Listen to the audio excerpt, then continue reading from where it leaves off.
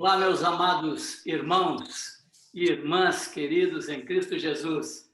Estamos aqui de novo para mais um tempo precioso juntos. Aqui do meu lado está Edmar, vocês estão vendo ele na tela aí.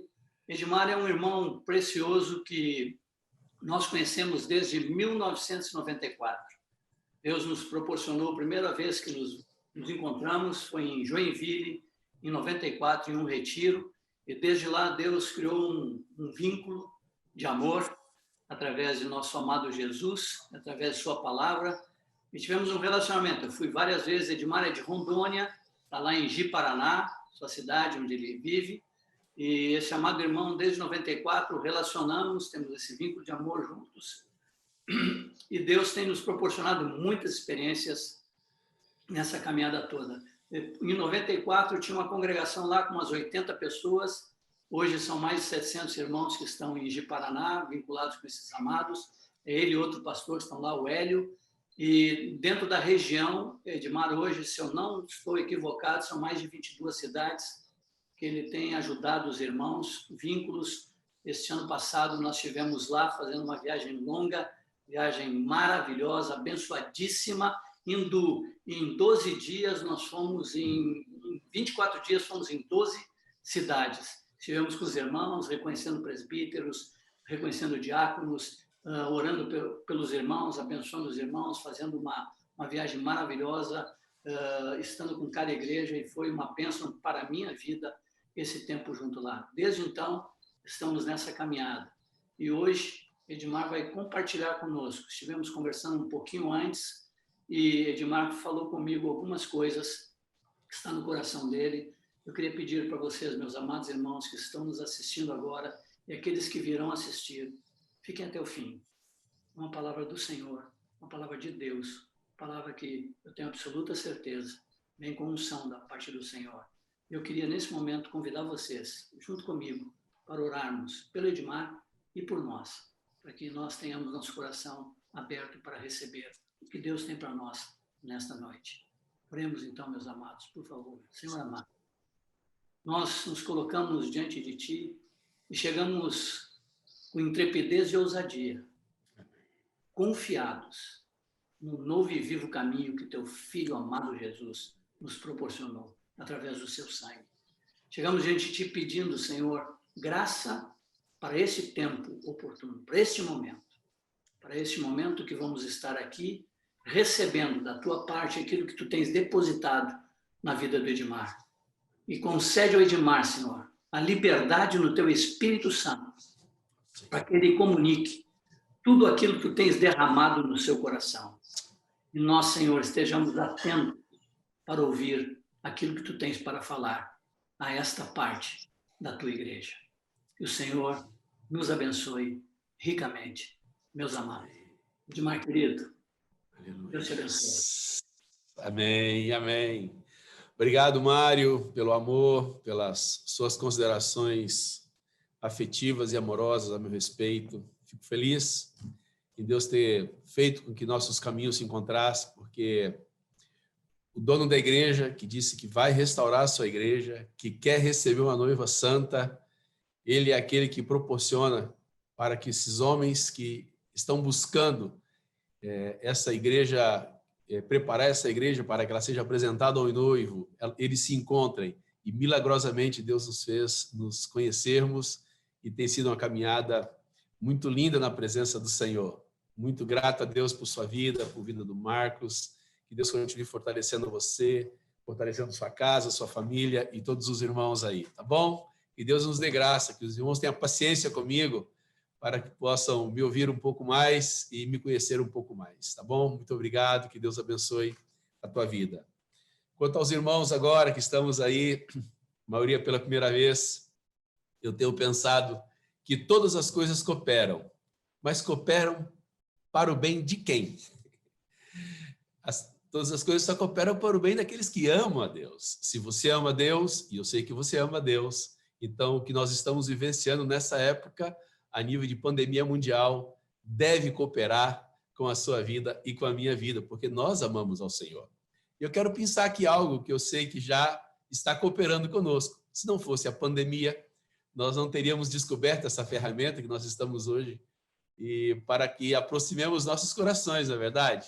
Eu estou aqui de Paraná, Rondônia, você está espalhado por esse país afora, possivelmente muitos irmãos aí de Salvador, que a gente se conhece através de outros canais, está conosco aqui acompanhando, olha que maravilha, mesmo distantes, mesmo ausentes fisicamente, mas estamos presentes através desse canal de comunicação. E assim o corpo de Cristo é abençoado, porque existe a multiforme sabedoria e graça de Deus. Ela não é manifestada por um membro apenas, ela é manifestada pelo corpo. E através dessa ferramenta que Deus tem nos dado, nós temos sido enriquecidos e abençoados por esses irmãos, por vários irmãos desse país que têm se disponibilizado nas mãos do Senhor e usado essas ferramentas para poder nos aproximar e compartilhar daquilo que Deus tem nos falado nesse tempo, né? Então, que Deus nos abençoe. Queria te agradecer de coração por você ter reservado esse tempo seu para estar conosco, nos acompanhando. Obrigado porque você fez isso. Que Deus possa te recompensar, te abençoando, te enriquecendo com a vida de Cristo através da sua bendita e maravilhosa palavra. Tá joia? Irmãos, eu tenho dito que nós estamos vivendo duas realidades nesse caso da pandemia. É tempo de assolação para a terra, é tempo de assolação para aqueles que não amam e não creem em Deus. Mas para nós, a sua igreja, é tempo de preparação. Deus está nos preparando, nos ajudando a entendermos que o que virá pela frente, a nossa fé nos induz a crer que nós seremos perseguidos no tempo do fim. E o tempo do fim está avizinhado, está aí, muito próximo. Então, que você e eu sejamos preparados por Deus, porque nós estamos apenas passando por um período de restrição. Nós estamos passando por um período de perseguição.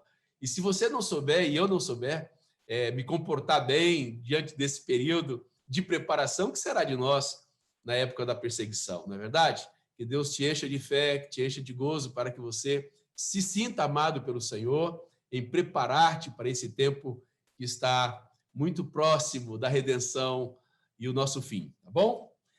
Queria compartilhar com vocês algo que Deus tem feito arder no meu coração há muito tempo, e por esse tempo eu tenho compartilhado com alguns irmãos, e isso que Deus tem me feito ver, e eu gostaria de compartilhar com você. Queria que você entendesse que o que vou falar é fruto daquilo que Deus tem falado no meu coração, para a minha própria fé, enriquecer o meu próprio temor a Deus, inclusive, tá bom? Assim que eu queria que você recebesse.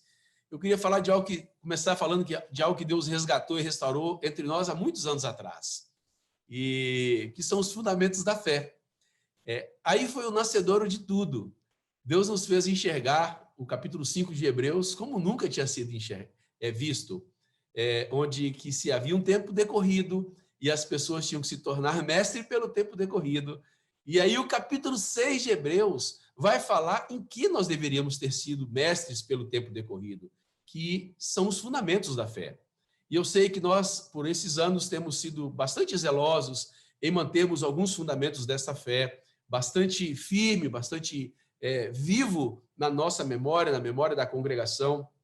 Porém, faço uma ressalva que eu acho que precisamos nos atentar um pouquinho mais para os dois últimos fundamentos da fé, como não dizer os três últimos. Eu queria ler apenas o capítulo 6, versículo 1 e 2 de Hebreus, para que você entendesse o que eu quero te dizer, tá bom?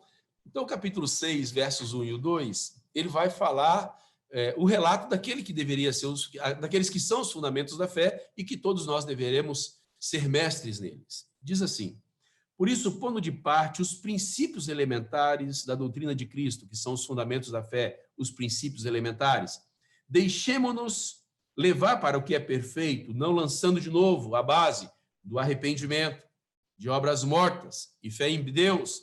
Então, nós temos sido tão consistentes em falar sobre o verdadeiro arrependimento, que não é um simples levantar de mão, é você renunciar tudo quanto tem, você perder sua vida, você tomar a cruz. A gente tem dado a força necessária a esse fundamento. Mas continua. O ensino de batismos, batismo em Cristo e batismo no Espírito Santo. Agora começa aí os três últimos que eu gostaria de pensar, em especial os dois últimos. Imposição de mãos. Nós precisamos fazer mais uso deste fundamento da fé. Se na sua casa tem alguém enfermo, impõe as mãos para abençoá-lo e ministrar a cura. Aprendemos a usar mais esse fundamento, porque eles impunham as mãos para abençoar, eles impunham as mãos em várias ocasiões no Novo Testamento. Isso é um fundamento da fé. Então, em outra ocasião, podemos falar melhor e mais profundamente desse texto, desse fundamento. Porém, os outros dois últimos diz assim: ressurreição dos mortos e do juízo eterno. Irmãos, eu tenho visto a força que Deus tem feito através do Espírito Santo para resgatar entre nós esta realidade chamada volta de Jesus. Tem alguns irmãos que os agradeço muitíssimo por ter tomado a dianteira, à frente, e agora, durante esse tempo, tem contagiado todos os corações de todos os pastores a falar um pouco mais da volta de Jesus. E eu falo para você que a volta de Jesus é um dos aspectos destes dois fundamentos. Porque se nós não crermos na ressurreição dos mortos e nós não crermos no juízo eterno, até a volta de Jesus terá menos força para nós. Vai ser um negócio que a gente não vai ter a empatia devida, nós não teremos a graça devida e o devido temor para querer esperar a volta do Cordeiro e nem desejar muito a volta do Cordeiro. Por quê? Porque é simples, a ressurreição dos mortos, ela leva você e a mim a entendermos que a nossa vida não reside apenas no tempo presente. Porque Paulo nos adverte que se nós fôssemos daqueles que esperássemos apenas nessa vida, nós seríamos as mais miseráveis de todas as criaturas. Nós entendemos que a ressurreição dos mortos também nos remete ao temor de que um dia todos ressuscitarão e irão prestar contas ao Senhor. Então, não podemos ter o engano de achar que vivermos essa vida de qualquer maneira não redundará em algum tipo de prestação de conta, que nós podemos fazer o que queremos, viver uma vida de faz de conta, ou mais ou menos, e isso não tem importância. Isso é muito importante, ressurreição dos mortos. E o que dizer da esperança que isso produz no teu coração e no meu coração, não? Você saber que a sua vida não acaba quando colocam o teu corpo num caixão e te levam ao cemitério. Saber que um dia até os mares darão seus mortos e estes ouvirão a voz do Cordeiro que estará chamando ele, conforme Mateus 24:30, e diz: e os mortos ressuscitarão primeiro. E em especial aqueles que então dormiram com Cristo, eles serão levados para encontrar com Cristo nas nuvens. Isso enche meu coração de fé e de esperança. Isso enche meu coração da alegria e do gozo de que eu não fui esquecido por aqui, que o que eu estou vivendo neste corpo de pecado é tudo leve e momentâneo. Essa tribulação que eu estou vivendo, que você vive, as dificuldades que estamos vivendo, ela é leve e momentânea. Isso nos remete a esse consolo, a esse gozo, a esta esperança de sabermos que um dia todos nós ressuscitaremos, aqueles que já dormiram com Cristo e encontrarão com o Senhor naquelas nuvens que Ele nos chamará. E o juízo eterno? O juízo eterno, ele é muitíssimo importante para todos nós, porque também a palavra de Deus nos afirma que todos nós compareceremos ante o tribunal de Cristo para prestarmos conta do que fizemos nesta vida. Há um juízo eterno. Há um juízo eterno que todos os homens enfrentarão. E se nós não nos lembrarmos destes fundamentos, você construir uma casa faltando partes. Qual é o fundamento mais importante de uma casa? Qual que é o fundamento mais importante de uma fé? Não há fundamento mais e menos importantes. Todos são niveladamente, igualmente importantes. Então, nós não podemos suprimir uns em detrimento ao outro. Ao contrário, é aquilo que Deus nos deu como graça de elevar e dar o devido valor ao arrependimento, ao batismo em Cristo, ao batismo no Espírito Santo. Isso é muito importante, mas também é importante nós resgatarmos esses outros fundamentos da fé, porque a nossa edificação vai depender dos fundamentos de nossa fé. Então, o que eu quero compartilhar com vocês tem a ver, sim, com o juízo eterno. Por que tem a ver com o juízo eterno? Porque tem a ver com o tempo do fim, tem a ver com aquilo que nós estamos vivendo, para que nós não nos esqueçamos de que há uma vida vindoura, que há uma vida eterna. e tem uma frase ardendo no meu coração há muito tempo. Essa frase, ela não pode ser esquecida por nós, porque Deus advertiu que existem pessoas que ficarão de fora. Toda essa beleza da volta do Cordeiro, tudo isso que nós temos escutado acerca da vinda do nosso amado Jesus nos buscando, isso é para aqueles que não ficarão de fora. Então, há que se ter temor que ficarão de fora. Muitos ficarão de fora. E eu não quero ficar de fora. E espero que o Senhor me use nessa noite para poder comunicar a você com todo amor e temor no coração a necessidade de você fazer revisão, de eu fazer revisão nas coisas que Deus elencou na sua palavra que pode nos deixar de fora. Do que adianta você saber e se encher de esperança de que a volta de Jesus está próxima se você vai ficar de fora? Para você não tem nem graça. Ou seja, a sua condenação está próxima? Não. O Senhor não quer que você fique de fora. O Senhor quer que você entre nas portas da cidade santa com vestes brancas. Deus quer que você seja encontrado digno para poder subir nas nuvens do céu, encontrando com o nosso amado Jesus. Por isso é importante a gente parar para pensar nessas questões. Há um juízo eterno. Claro que há. Há uma prestação de conta que os homens irão ter que fazer ao Senhor. E eu queria compartilhar um pouco com você sobre isso. Porque não sei se você se recorda, mas lá em Mateus capítulo 24, a advertência de Jesus acerca desse assunto fala sobre isso aí. É um dos aspectos que nos faz abrir os olhos para saber que o tempo do Senhor está próximo, que as profecias estão sendo cumpridas. Então, eu queria ler 2 versículos de Mateus 24, para que a gente não se esqueça do que nós precisamos prestar contas diante do Senhor um dia. Diz assim: e por se multiplicar a iniquidade, o amor se esfriará de quase todos.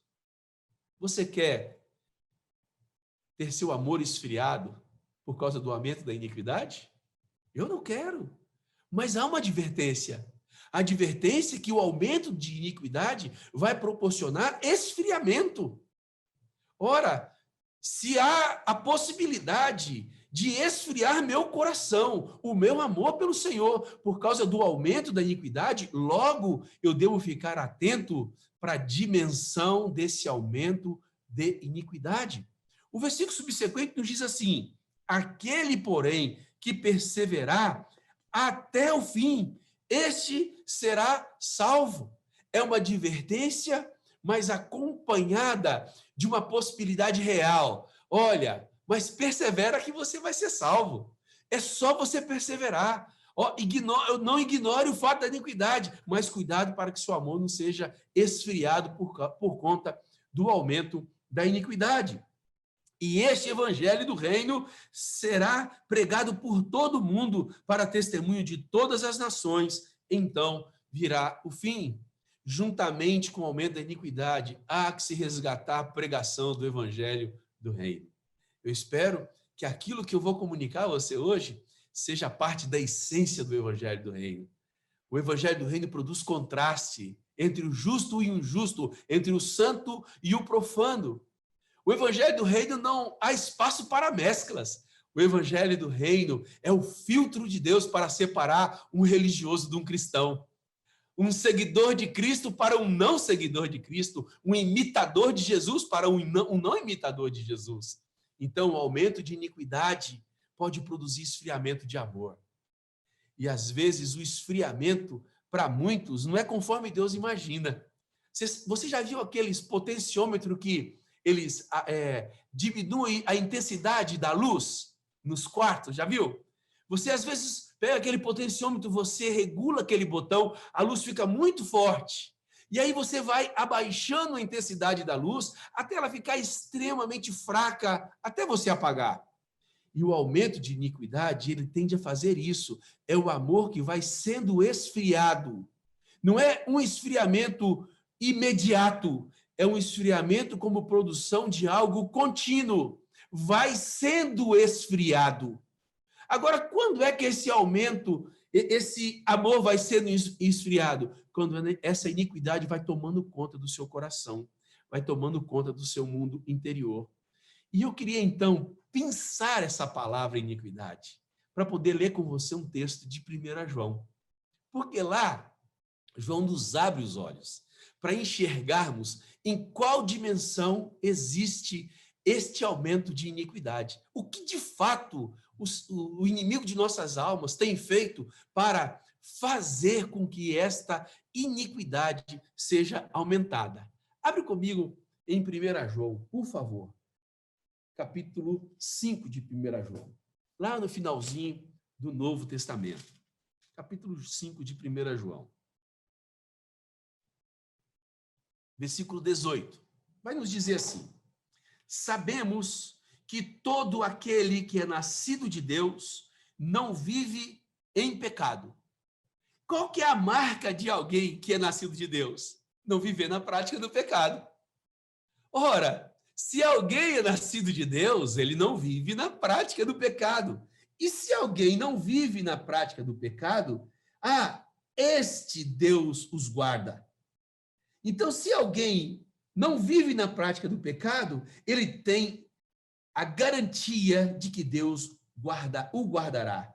E diz, e o maligno não lhe toca. Você percebe que a obediência está relacionada a uma promessa? Você e eu temos a promessa de não sermos tocados pelo inimigo como fruto da nossa obediência, de não vivermos na prática do pecado, de não nos darmos ao luxo de vivermos na prática do pecado. Sabemos que somos de Deus e que o mundo inteiro jaz no maligno.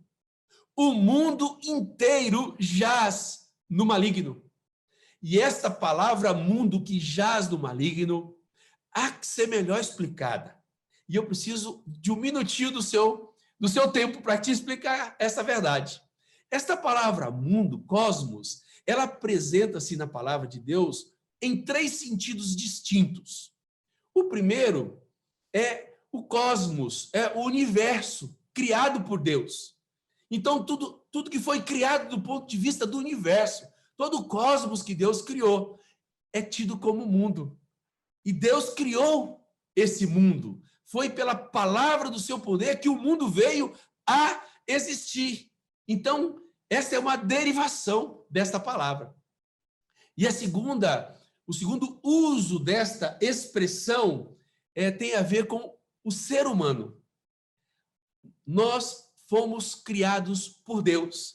E Deus amou o mundo de tal maneira. Deus amou o ser humano. Deus amou a sua obra-prima, a sua obra criacional, chamada ser humano. Aqueles que foram criados à sua imagem e semelhança. Então, também a palavra mundo aí é aplicada para o ser criado.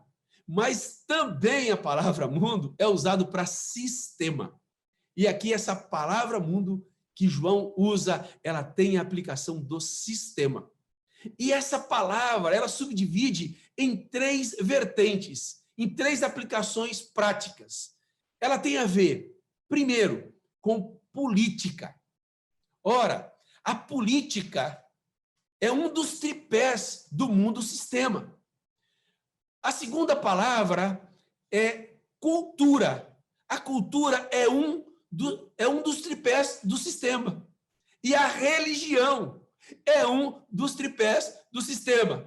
Se nós subtraíssemos esses 3 aspectos do sistema, o sistema viraria um caos, sem razão de existir. Tirando esses 3 aspectos do sistema, mundo, você produz um ócio, ou seja, não tem o que ser feito por causa destas 3 sustentações do sistema: política, religião e cultura. Estas 3 coisas jazem no maligno. Irmãos, a política, ela não foi criada por Deus. Deus é teocrático. Democracia tem a marca do nosso DNA. A democracia fomos nós que criamos. É o povo no poder. Ora, o que Deus tem a ver com isso? Absolutamente nada. O nosso Pai queria governar-nos por completo. Inclusive, nos nossos destinos diários. Através dos seus benditos profetas e sacerdotes, nos abençoaria, dizendo, faz isso, não faz aquilo. Mas nós, homens, nos submetemos a esse julgamento que nós mesmos criamos, entregamos nosso destino, o destino de nossa vida, na mão de um sistema político criado por nós, chamado democracia. E isso não tem a marca da árvore da vida, tem a marca do conhecimento do bem e do mal. E isso jaz no maligno. Isso jaz no maligno. O sistema foi feito para dar errado. O sistema político foi feito para dar errado. E esse sistema jaz no maligno. Você vai me perguntar assim, mas por que você quer me explicar isso se você quer nos comunicar uma advertência da lista? Daqui a pouco você vai me entender. Eu quero te mostrar o tanto que isso influencia esta iniquidade em nossas vidas, o tanto que isso tem o poder de produzir em nós desvios da palavra de Deus. A segunda coisa tem a ver com a cultura. A cultura jaz no maligno. A cultura ela não existe para poder produzir em você efeitos intelectuais e de conceitos que te remetem ao seu Criador. Ela existe para fazer do seu intelecto um próprio Deus, o seu saber um próprio Deus.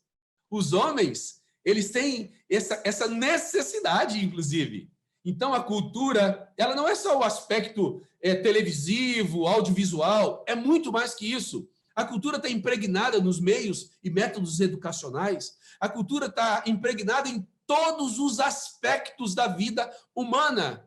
E você não pode viver neste presente século, fazendo parte desse sistema, alheio a esta realidade. A igreja é um organismo espiritual, um organismo vivo e espiritual, porém ela está colocada num lugar que não lhe pertence. A igreja vive num lugar que não é dela. Nós somos estrangeiros, forasteiros, nós estamos longe de nossa pátria. Nós não podemos nos dar o luxo de vivermos aqui sem fazer essas devidas observações, senão nós viveremos desavisadamente. Nosso reino e nossa pátria não é daqui, mas nós estamos contextualizados numa realidade cultural.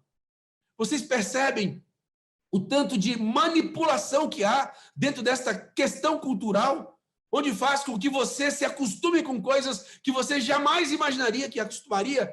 Se eu pegar a galera aí da minha geração, 40, 50, 60 anos, eles, se forem fazer um paralelo entre o que era normal ou anormal para nós, na nossa primeira infância para hoje, é uma aberração o mundo. Porque, do ponto de vista cultural, foram alargando as nossas concepções, foram alargando as nossas tolerâncias, de maneira que o ser humano começa a ficar acostumado com aquilo que Deus nunca irá se acostumar, sob o holofote da cultura. E o que dizer da religião? Mesma coisa. Ela é usada para dar um sustentáculo a muitas coisas derivadas da política e da religião. Eu quero citar para você algumas coisas simples. Eu me recordo quando tinha 14, 12 anos de idade, um adolescente. Qual era o nível de falta de roupa que você via no sexo feminino? Qual que era o nível? A galera aí, os praianos, vamos pensar aqui comigo. Você sabe qual foi a revolução da década de 70? Quando uma mulher foi com uma roupa menor numa praia, os artistas, mas era uma blusa e um short. E aquilo produziu socialmente um caos. As pessoas tiveram um profundo problema, porque aquilo era uma ofensa aos olhos, uma ofensa ao pudor, uma ofensa à família. Tá bom, mas o nosso inimigo, o dono desse sistema, não tem pressa.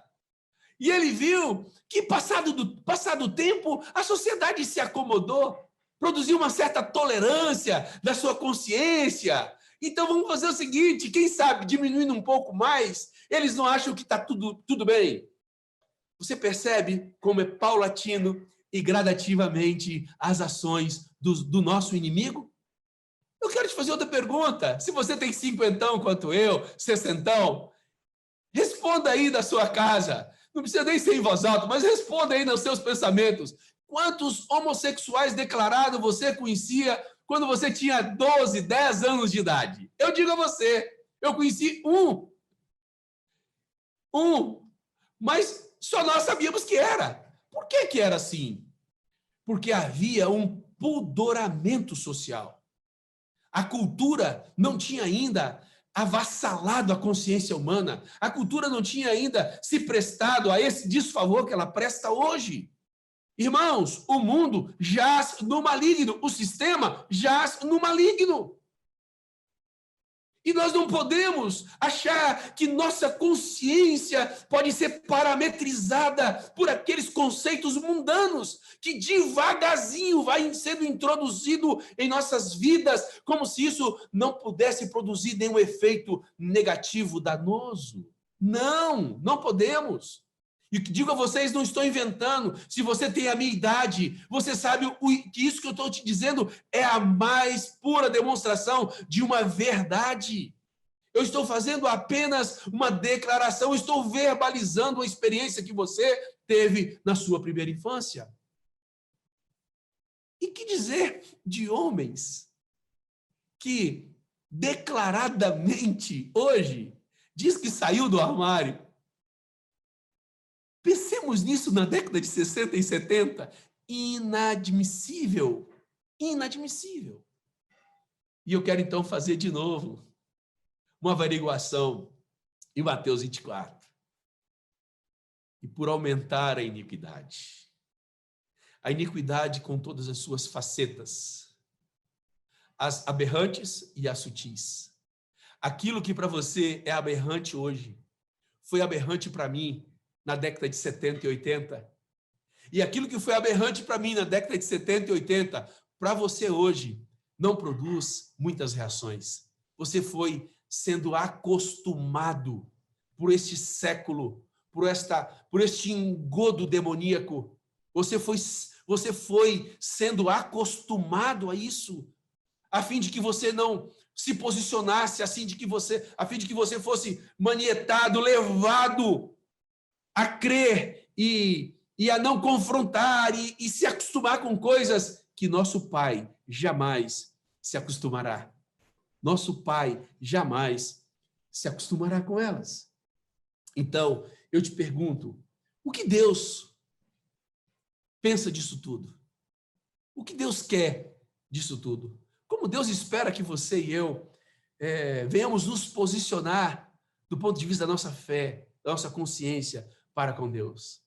O que é o coração de Deus acerca deste assunto? Eu sei que a lista daqueles que ficarão de fora é um pouco maior da que eu quero te propor hoje. Mas, dado ao tempo, e a gente crê na repetição, e a gente não quer esgotar o tema, o assunto, eu queria ler com você alguns textos da palavra de Deus para te mostrar que, de fato, este mundo tenta fazer com que a sua consciência seja corrompida, a fim de que você não mais observe a lista daqueles que ficarão de fora.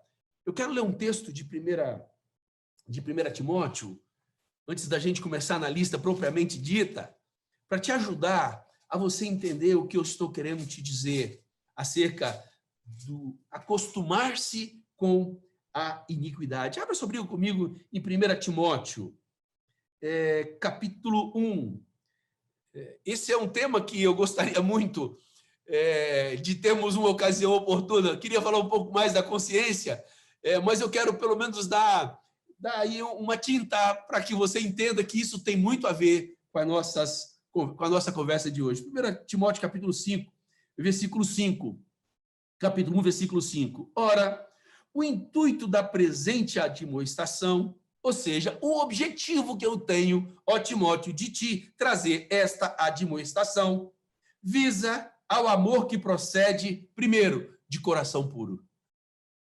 Pureza dentro de. Não é uma pureza apenas aparente, é uma pureza lá dentro da gente, para que nosso coração seja puro e de consciência boa. Consciência boa e de fé sem hipocrisia.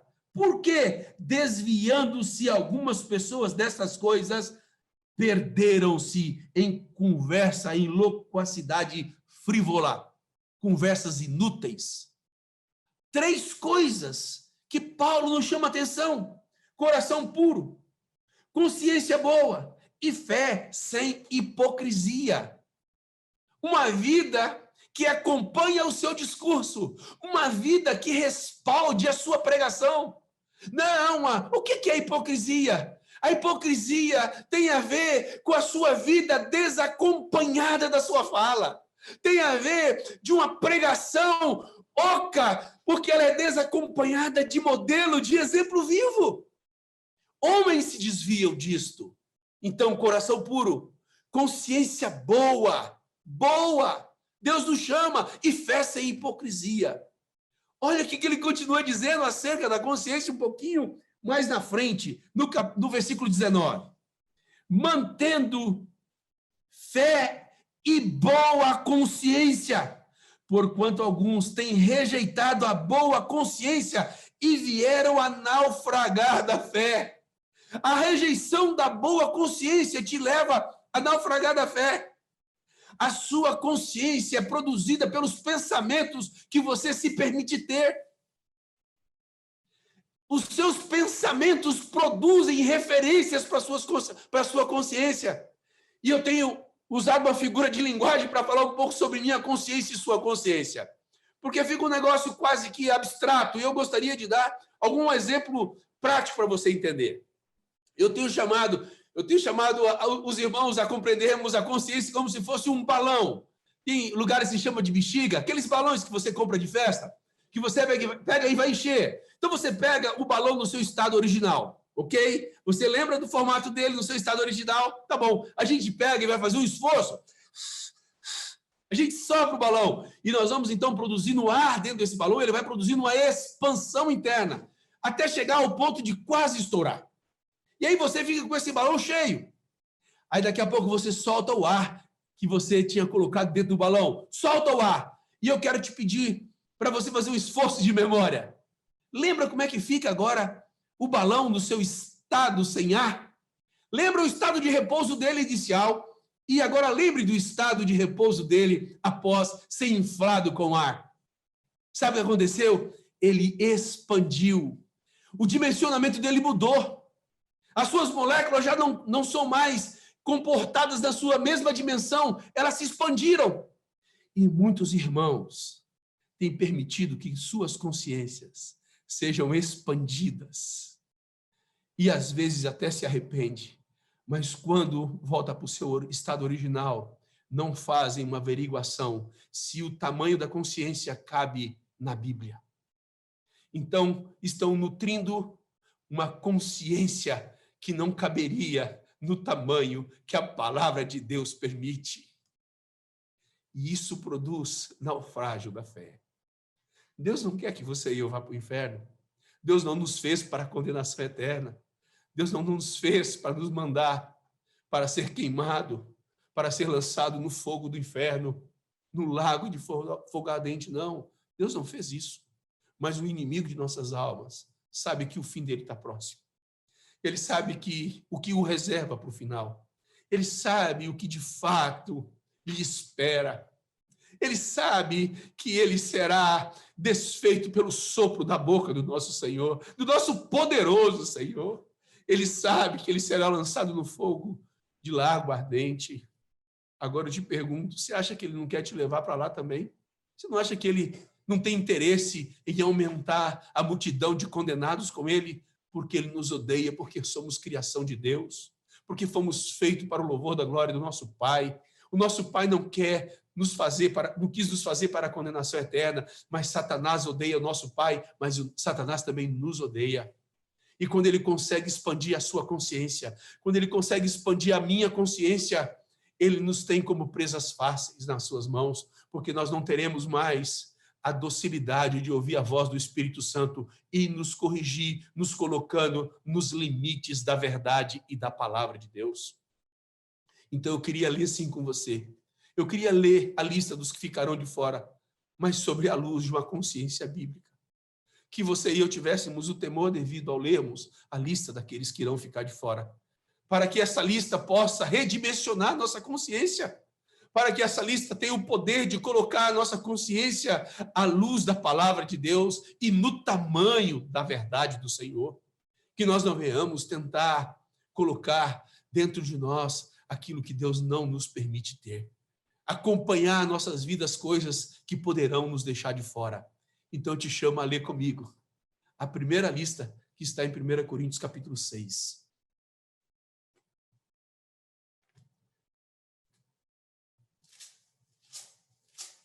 Paulo nos traz uma lista daqueles que irão ficar de fora. Ele diz assim, a partir do versículo 9. 1 Coríntios capítulo 6, a partir do verso 9. Achou na tua Bíblia aí, no seu tablet? Então vamos acompanhar a leitura da palavra de Deus. Ou não sabeis que os injustos não herdarão o reino de Deus? Primeiro item da lista, injustos. Você sabe por que Paulo começa com injusto?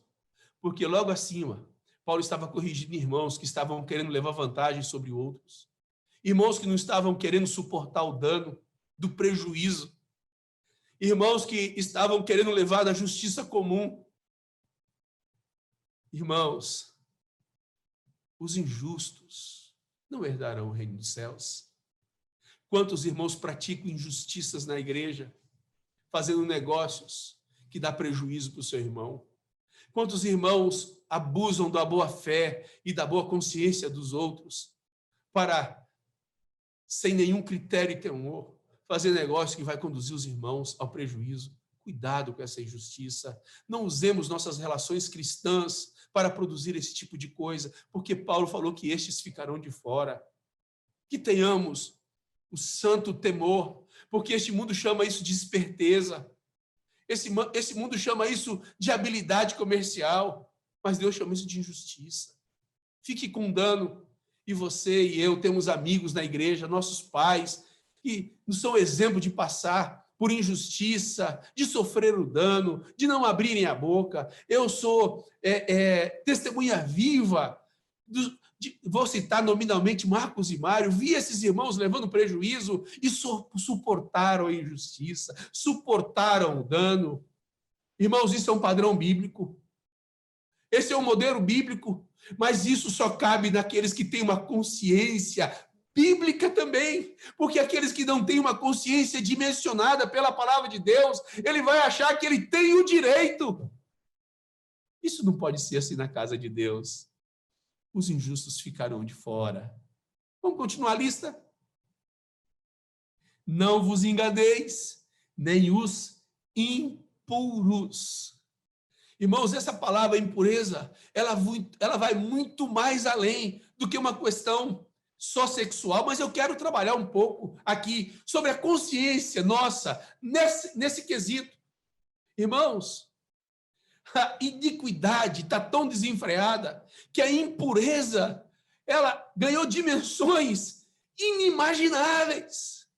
Eu te pergunto, o nosso amado Jesus pode ler sem ser ofendido o que você tem coragem de teclar no seu WhatsApp, nas suas redes sociais? O seu amado Jesus poderia ver as páginas que você visita, as coisas que você se dá ao luxo ver, sem ofender a sua santidade, sem levar ele à tristeza de saber que você não é um templo puro para ele? Os impuros não vão herdar o reino dos céus. Os impuros ficarão de fora. Mas, queridos, essa sociedade está tão habituada a coisas nojentas que a igreja parou de querer filtrar conforme a luz do Senhor e da palavra de Deus e buscam ter uma vida cristã sem o respaldo da palavra. Essa consciência não é pura para com Deus, é uma consciência mundana, é uma consciência alargada por Satanás e pela cultura satânica. Imagine uma sociedade que chama de cultura, uma mãe que vai ao museu, vê um homem nu e leva sua filha de 5 anos Isso é cultura. Mas essas coisas aqui têm produzido o alargamento da nossa consciência, de maneira que daqui a pouco o que você vê no WhatsApp, nas redes sociais, na internet, você já não considera isso como impureza, porque afinal de contas você está na solidão, não tem ninguém por perto, e você não sente mais agredindo a santidade, seguir a paz e a santificação, porque sem a qual ninguém verá o Senhor. O nosso Deus não tem alegria que você e eu venhamos ver essas coisas. O Senhor não tem alegria de ver um santo sendo impuro, se sujando com isso, se elameando com isso. Eu te chamo a pedir ao Espírito Santo de Deus a reconduzir sua consciência à medida da palavra, porque os impuros ficarão de fora. Os impuros ficarão de fora. Eu me recordo de um cântico bem infantil, cantado para as crianças: cuidado, olhinho do que vê, cuidado, mãozinha, o que tecla. Há um Salvador no céu, mas há um Espírito Santo dentro. Não sabeis que o Espírito Santo habita em vós, que sois santuário de Deus, e que o Espírito Santo é santo, e que nós não podemos, então, tornar impuro aquilo que Deus escolheu para morar. O seu corpo não pertence mais a você, meu corpo não pertence mais a mim. Nós somos comprados por um bom preço, e diz assim o apóstolo: portanto, glorificai a Deus em vossos corpos mortais. Que o seu corpo e meu corpo sirva para a glória do Senhor, porque os impuros ficarão de fora. E dada a avalanche do aumento da iniquidade, o filtro da impureza começou a ficar muito largo. O filtro da impureza começou a ser mais parecido com aquilo que Satanás quer do que aquilo que a palavra de Deus nos afirma. Quero fazer um apelo aos casados. Você lembra o que nosso amado Jesus disse no Eu, porém, vos digo? Aquele que olhar para a mulher com desejo impuro já não precisa mais deitar-se como era na lei. O que nós, maridos, cristãos, discípulos do Senhor, temos feito com os nossos olhos, com os desejos de nossos olhos, os desejos de nossa carne. Os impuros estão fora da entrada do céu. O Senhor não vai colocar os impuros lá dentro, eles ficarão de fora. Que Deus te ajude a redimensionar a sua consciência no tocante àquilo que é impuro. Se você no passado viu sua mãe fazendo isso, você vai saber o que eu vou dizer a você. Se você pegar 1 quilo de arroz e colocar sobre uma mesa e colocar dentre os grãos de arroz um grão só de feijão, você sabe o que vai significar o grão de feijão no meio desse arroz? A impureza. Você não precisa colocar 20, 30, 40 grãos de feijão. Aquele único grão se tornou impureza naquele arroz. Não nos basta fazermos pergunta o quanto nós estamos vigiando, mas nós temos que nos perguntar o quanto nós estamos admitindo de impureza dentro de nós. Porque isso tem que produzir temor, porque há um juízo eterno que nós prestaremos conta diante do nosso Deus, daquilo que estamos fazendo com o corpo que foi comprado por bom preço. Irmãos, existe um culto racional. O culto racional é apresentar os nossos corpos como sacrifício vivo, santo e agradável a Deus. Esse é o culto racional. Existe o culto congregacional, aquele que você vai, que você participa. Existe o culto numa casa que você vai e você participa. Existe um culto na família que você participa. Mas existe um culto racional. O culto racional é um apelo a apresentarmos os nossos corpos como sacrifício vivo, santo e agradável a Deus. Fujamos da impureza. Peçamos ao Espírito Santo a redimensionar nossa consciência santa para com Deus. Vamos continuar na lista. Nem os idólatras. Eu podia passar por cima dessa palavra, mas não vou passar. Sabe por quê? Porque muitas vezes Eu vou usar uma expressão bastante coloquial aí, comum, crente só acha que idólatra é aquele que tem umas figuras lá de imagem, escultura feita por mãos de homens, mas quanto idolatra sua esposa e filhos, não? Quanto idolatram os seus bens? Se você não tem coragem de dividir com a sua esposa no tocante entre o reino de Deus e o desejo da tua mulher, será que você não está amando mais a tua mulher do que a Jesus? Diga a mesma coisa em relação aos filhos, e diga a mesma coisa em relação aos bens que Deus nos dá. Se como Jó fosse tirado os pertences e os bens que Deus te deu, sua boca continuaria louvando ao Senhor, porque Deus deu, Deus tirou, e Deus continua sendo Deus e bom. Cuidado, irmãos, cuidado, porque para que não venhamos ser pegos em desaviso quanto a essa idolatria. Nem adúlteros, já fiz alusão a esse adultério, quando disse um pouco da impureza, quando eu faço o relato do Sermão do Monte, do eu, porém, vos digo. Tá certo, irmãos? De coração, eu tenho 30 anos de casado, faço 31 esse ano, graças ao Senhor e para a glória do Senhor, até aqui Ele tem me sustentado, meu corpo é da minha esposa, e quero que Deus me conduza até o último dia de minha vida, podendo apresentar meu corpo apenas para minha amada esposa, porque Deus diz que os adúlteros ficarão de fora. Mas também cuidado com as impurezas dos olhos, que Deus, pelo Espírito Santo, nos ajude a corrigir todos os dias nossa mente e nossos olhos, porque ficarão de fora. Nem efeminados. Irmãos amados, quando me deram a oportunidade de te compartilhar, quando abriram esse canal, esses irmãos me conhecem o suficiente para saberem que, de fato, eu tenho uma fé que busca ser autêntica, linear, sem curva. Irmãos, eu sou daquele tipo de homem que, há muitos anos atrás, eu repudio a palavra unissex. Porque quando começaram a usar essa palavra unissex, eu já discordava, porque Deus não é unissex.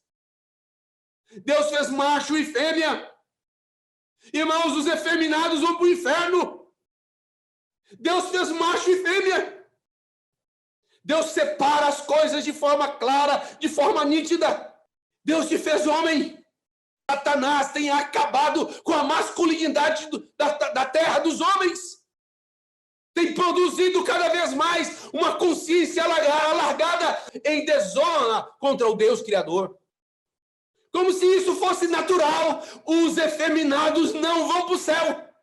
Isso não é propósito de Deus. E isso está na lista dos que vão ficar de fora. Se você está me ouvindo pela primeira vez e está achando que eu estou exagerando nos meus comentários, me perdoe, mas eu estou fazendo uma defesa de uma fé bíblica, sem curva, sem meias palavras. Porque é necessário que se resgate a verdade. É uma ofensa ao nosso Criador. Tenha coragem de defender a fé que Deus tem nos dado. Nem os sodomitas herdarão o reino dos céus. Alguns irmãos me perguntam, Edmar, mas você tem coragem de dizer isso? Isso fica disponibilizado nas redes sociais. Meu irmão, quem não tem coragem de defender sua fé, tem uma fé medíocre. Se eu não defender o que eu creio, eu não posso crer no que eu defendo. Se eu não defendo o que eu creio, eu não deveria estar crendo. Eles estão fora. Os sodomitas não herdarão o reino dos céus. Eu estou dizendo a você, me ouça à luz da consciência bíblica. Me ouça à luz de uma consciência resgatada com aquilo que está escrito. Não tente dar um jeitinho. Não tente alargar o caminho que é estreito. Irmãos, há uma porta apertada, mas há um caminho estreito. Há uma porta estreita, mas há um caminho apertado. A largura do caminho é da mesma largura da porta. Não são larguras diferentes. Entrei por uma porta estreita e quero continuar andando por um caminho apertado. E você sabe qual que é a dimensão do caminho? A largura desse caminho é apenas aquilo que cabe na palavra de Deus. Se não couber na palavra de Deus, é alargamento. Isso não cabe na palavra do Senhor. Ouça-me como uma voz profética. Me ouça assim. Alguém que te ama o suficiente para dizer a você: abra teus olhos, porque o tempo do fim está próximo. E o que nós estamos vivenciando é um mundo que jaz no maligno. E porque jaz no maligno, ele aumenta a iniquidade galopantemente. Nem ladrões. Agora você imagina para mim dizer sobre ladrões num país como esse que eu vivo, onde nós ouvimos falando de roubo de 10 milhões, 20 milhões, 100 milhões, 50 milhões. Como é que fica a consciência dessa sociedade alargada a ponto de achar que roubar uma caneta não é roubo? A ponto de você ir trabalhar, o seu patrão te paga 8 horas por dia e você passa 1 hora, meia hora usando WhatsApp, rede social, no ambiente de trabalho, no seu horário de trabalho, e você não se sente defraudando o tempo do seu patrão. Olha o alargamento da nossa consciência, tentando nos amoldar conforme este século, conforme este mundo. Os ladrões não vão. A diferença é a consequência entre as coisas que você furta. Somente as consequências, mas são as consequências sociais, porque do ponto de vista espiritual, o ladrão não vai herdar o reino dos céus.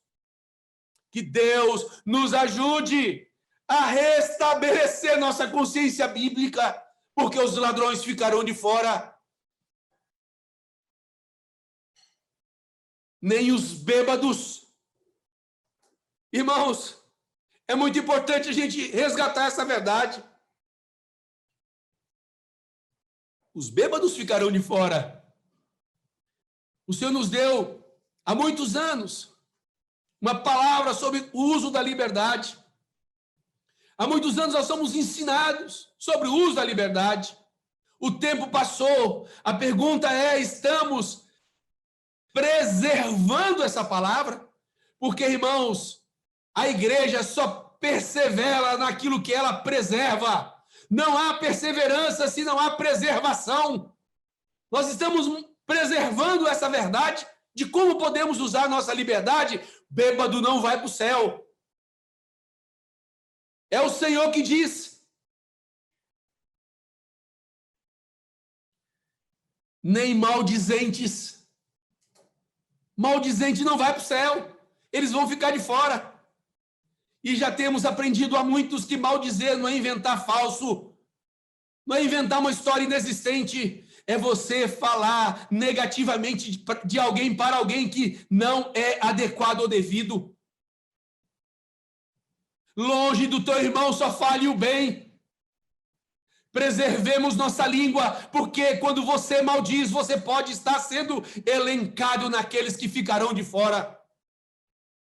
Irmãos, preservemos o testemunho dos nossos irmãos em Cristo. Tenhamos a capacidade de falar para aqueles a quem devemos falar. E não sair denegrindo, falando dos nossos irmãos aos demais. Que Deus nos dê essa sã consciência, essa boa consciência. Não pervertemos essa consciência, então, para que não venhamos ser pegos em pecado e ficarmos de fora. Porque todos esses que praticam essas coisas não herdarão o reino de Deus. Quem ficará de fora? Aqueles que constam nesta lista. Vocês percebem que nós precisamos ter o devido temor. E o juiz eterno é a ferramenta que Deus nos deu para manter o devido temor no nosso coração. Porque do juiz eterno, se ficarmos de fora, Deus irá apresentar essa lista para dizer: você ficou de fora por causa disto. Como disse a você, a lista é extensa, mas eu ia usar apenas alguns aspectos da lista. Quero pegar com você Apocalipse 22. Outros itens que compõem a lista dos que ficarão de fora.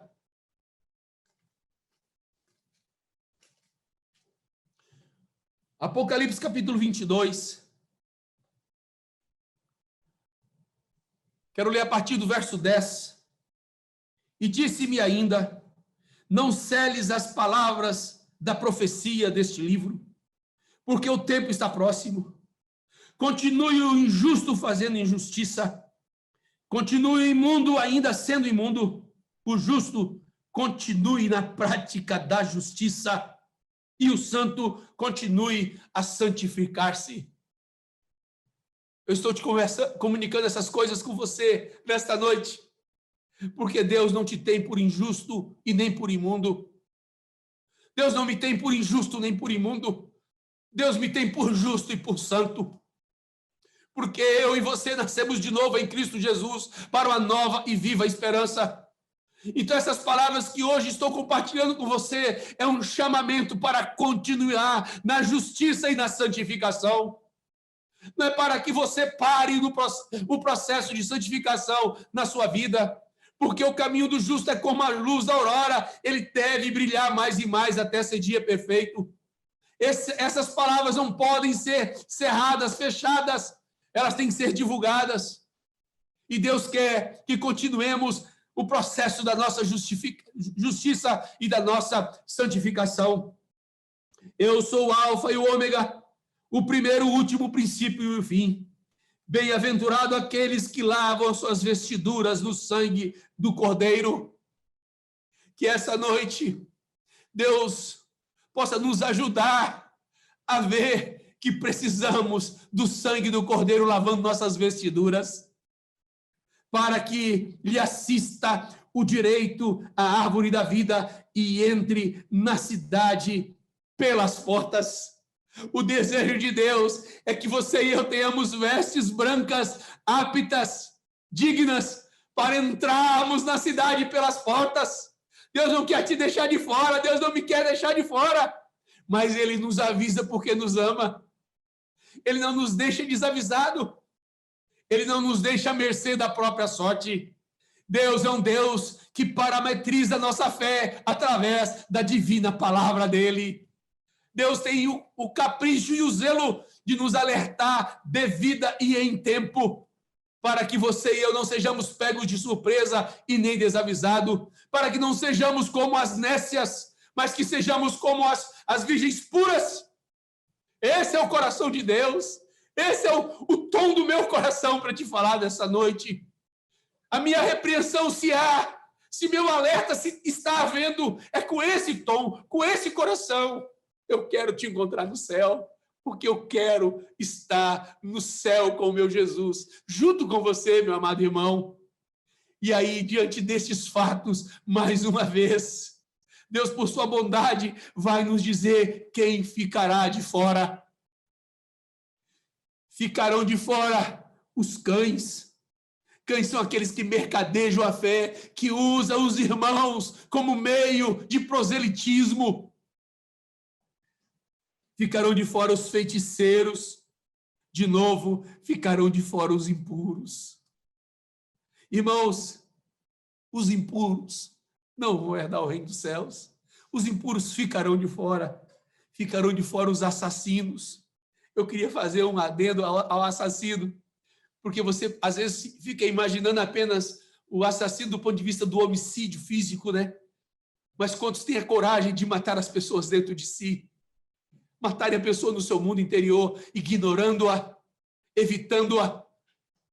Cuidado, cuidado, cuidado.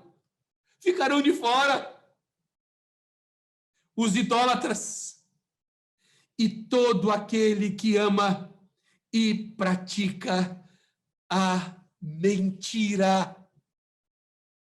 Você já parou para pensar que os mentirosos ficarão de fora? Você já parou para pensar que aquele que pratica ou ama mentira vai ficar de fora? Ah, não, mas eu não sou acostumado a mentir sempre. Só de vez em quando. O pai da mentira é o diabo. Aquele que ama a mentira, aquele que pratica a mentira, vai ficar de fora. Quantas vezes as pessoas dizem meia verdade, sem, contudo, ter conotação no seu mundo interior de mentira? sua consciência já não lhe condena, porque ele acostumou a ser dissimulado na sua fala. A sua fala não condiz com a absoluta verdade. Meias verdades é uma mentira, porque não existe meia verdade. Ou é mentira, ou é verdade. Ou você retrata o fato, ou você não retrata o fato. Quantas vezes nós, como pastores, vamos conversar com discípulos que o Espírito Santo já nos revelou seu coração, mas a gente não se comporta como delegado. No inquérito, a gente pergunta, a gente dá chance e oportunidade para que ele venha nos falar a verdade. E ele não basta apenas o pecado praticado, ainda mente de novo, ocultando o fato.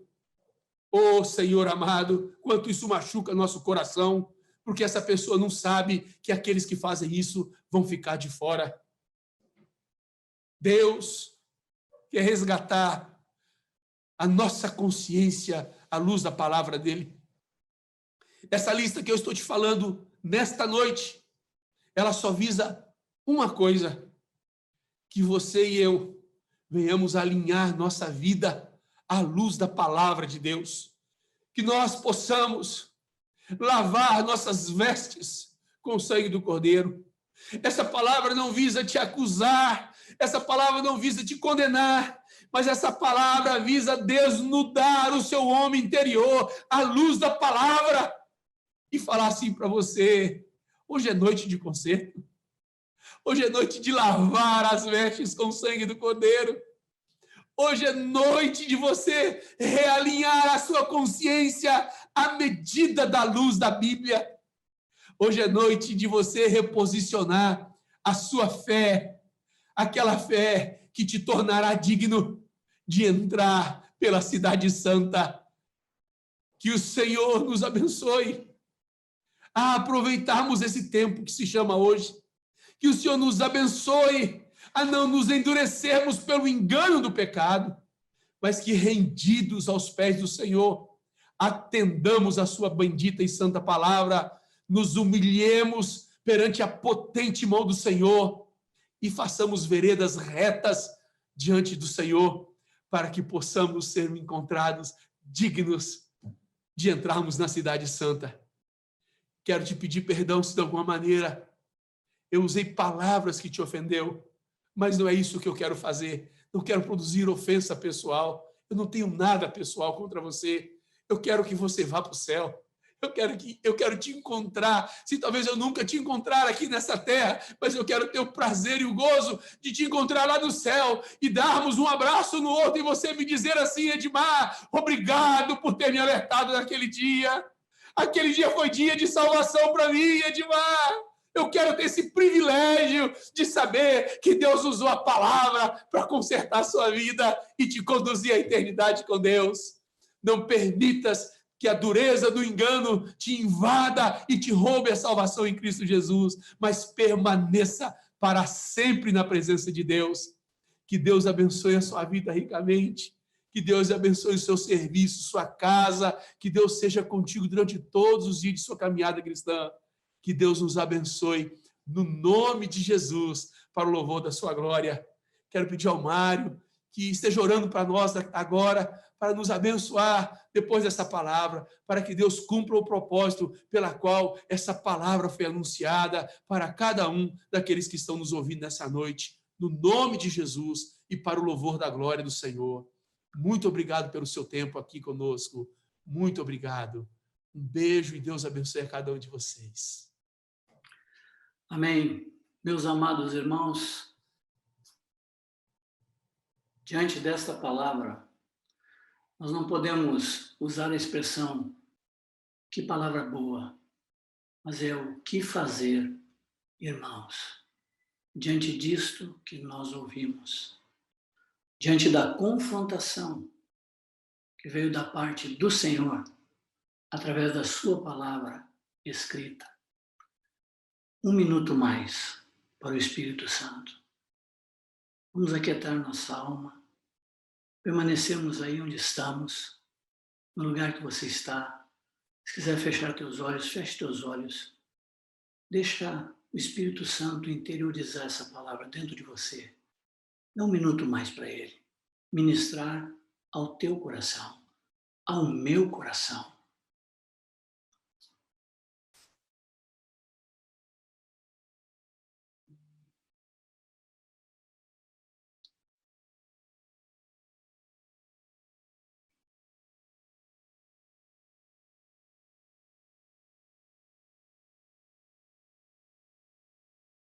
Senhor amado, como me senti amado por Ti nesta noite. Como me senti, Senhor, confrontado por Ti e Tua palavra. Como foi, Senhor, esclarecedora. Como foi, Senhor, forte. Como foi, Senhor, clara. Como foi, Senhor, confrontativa. Mas como foi, Senhor, animadora. Continua ministrando aos nossos corações. Continua ministrando ao nosso espírito.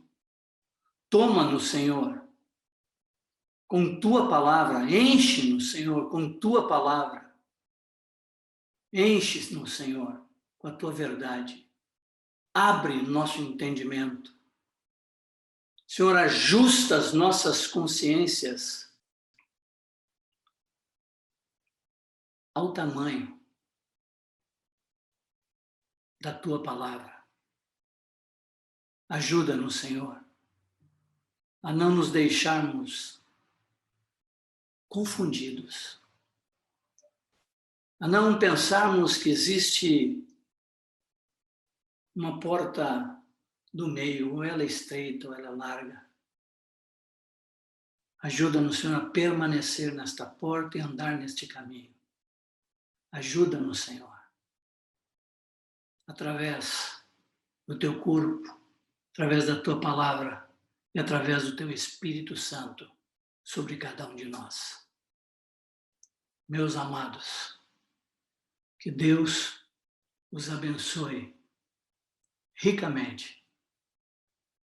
E esta semana, retomem, revejam, escutem de novo, vejam de novo. Aqueles que entraram para o fim, vão desde o começo e vêm até o final, para ter uma sequência e um entendimento claro do que foi abordado.